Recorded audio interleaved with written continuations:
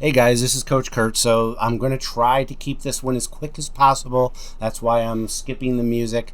I did a video a couple months back about the best martial art for law enforcement, and I believe at least one, if not multiple, comments about Filipino martial arts. And by that, we're talking about Eskrima, Kali, Arnis. There are various styles and methods of Filipino martial arts, but generally speaking, we're talking about stick and knife and machete. Now guys, I am not a Filipino martial artist. I've done my share of cross training with it, and I dabble with it, and I enjoy it. I think the Filipino martial arts are amazing, but are they the best choice for law enforcement? And the reason it came up is that, well, cops carry batons, and generally speaking, we're not talking about the PR-24 anymore. That is pretty much fallen out of favor in America. Do some agencies still carry it? Of course. I see it overseas more, but in America, the PR-24 is pretty much out of favor. It is some kind of expandable baton, most likely a monadnock or an asp.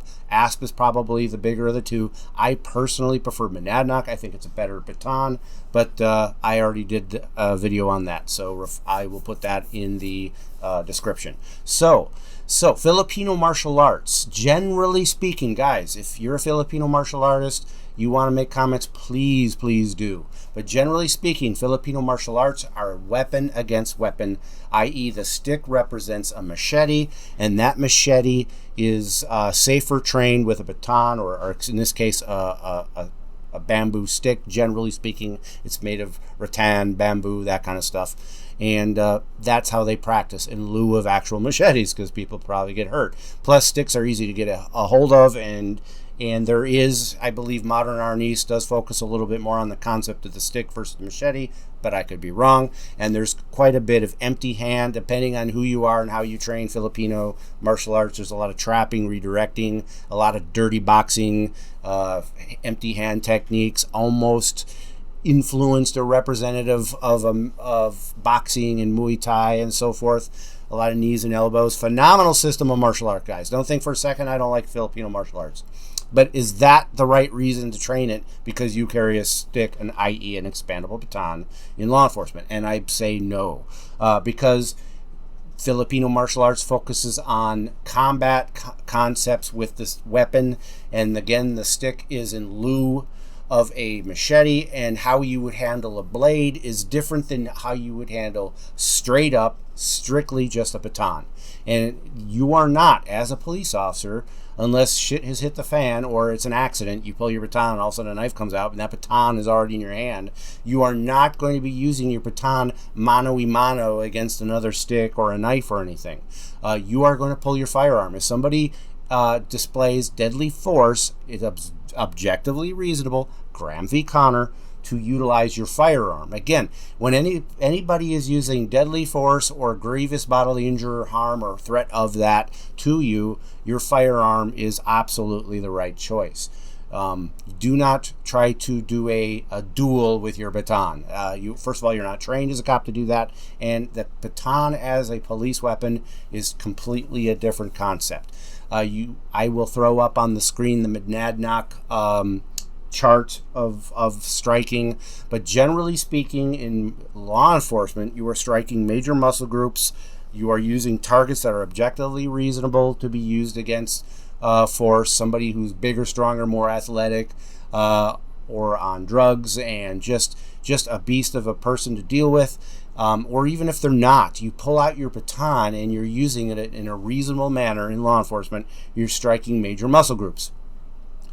That is the concept. Now, Filipino martial arts, of course that stuff happens, but they are a big fan of defanging the snake, that is striking the hand or the arm, and I am a huge fan of that in law enforcement with expandable baton. I will cover that more here in a second.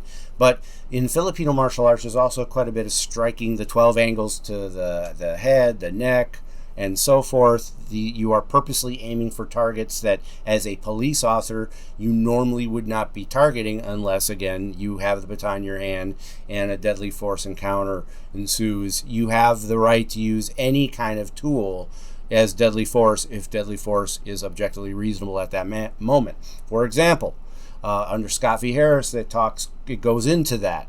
It covers deadly force being used that isn't force that the officer was trained to use. For A good example is a police cruiser. There has been incidences where cops have used their cruiser as a deadly weapon to run over somebody who was shooting at other people, and that was the quickest thing to do at that particular moment. Remember, Graham v. Connor says the Supreme Court recognizes in the ruling that cops have a dynamic situations that they're in, and they have to make split-second decisions, and it has to be objectively reasonable. You don't have to follow some antiquated continuum of force scale that you saw back in the day. Those days are long over. So, can you use your baton as deadly force? Of course you can, but that's definitely not what your first line is going to be. It's going to be your firearm, because you know that your firearm will usually stop the threat better than any other tool you have. And deadly force, yes, you're using it because somebody's using deadly force against you, but your intent isn't necessarily to kill somebody, it is to stop the threat. The baton is excellent for stopping the threat in non-lethal scenarios. Again, somebody bigger, stronger, more athletic than you, and you are striking with the baton all major and secondary muscle groups. You're purposely avoiding the groin, the neck, the back of the neck, and the head in general use of force scenarios. That's just the way it is. And Filipino martial arts absolutely doesn't have that restraint.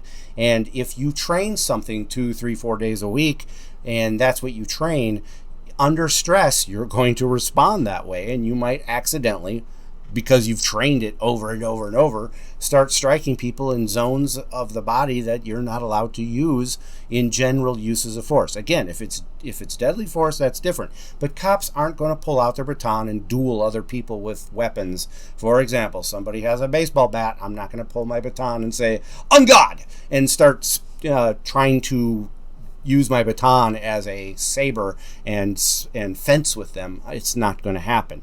If they pull a bat on me, I'm going to pull my baton. It's what I learned in the Army. You're not here to win the fight fairly. You're supposed to win the fight with overwhelming force. That's the concept. Of course, that is adjusted for law enforcement. It needs to be reasonable force. Again, that's not minimal force.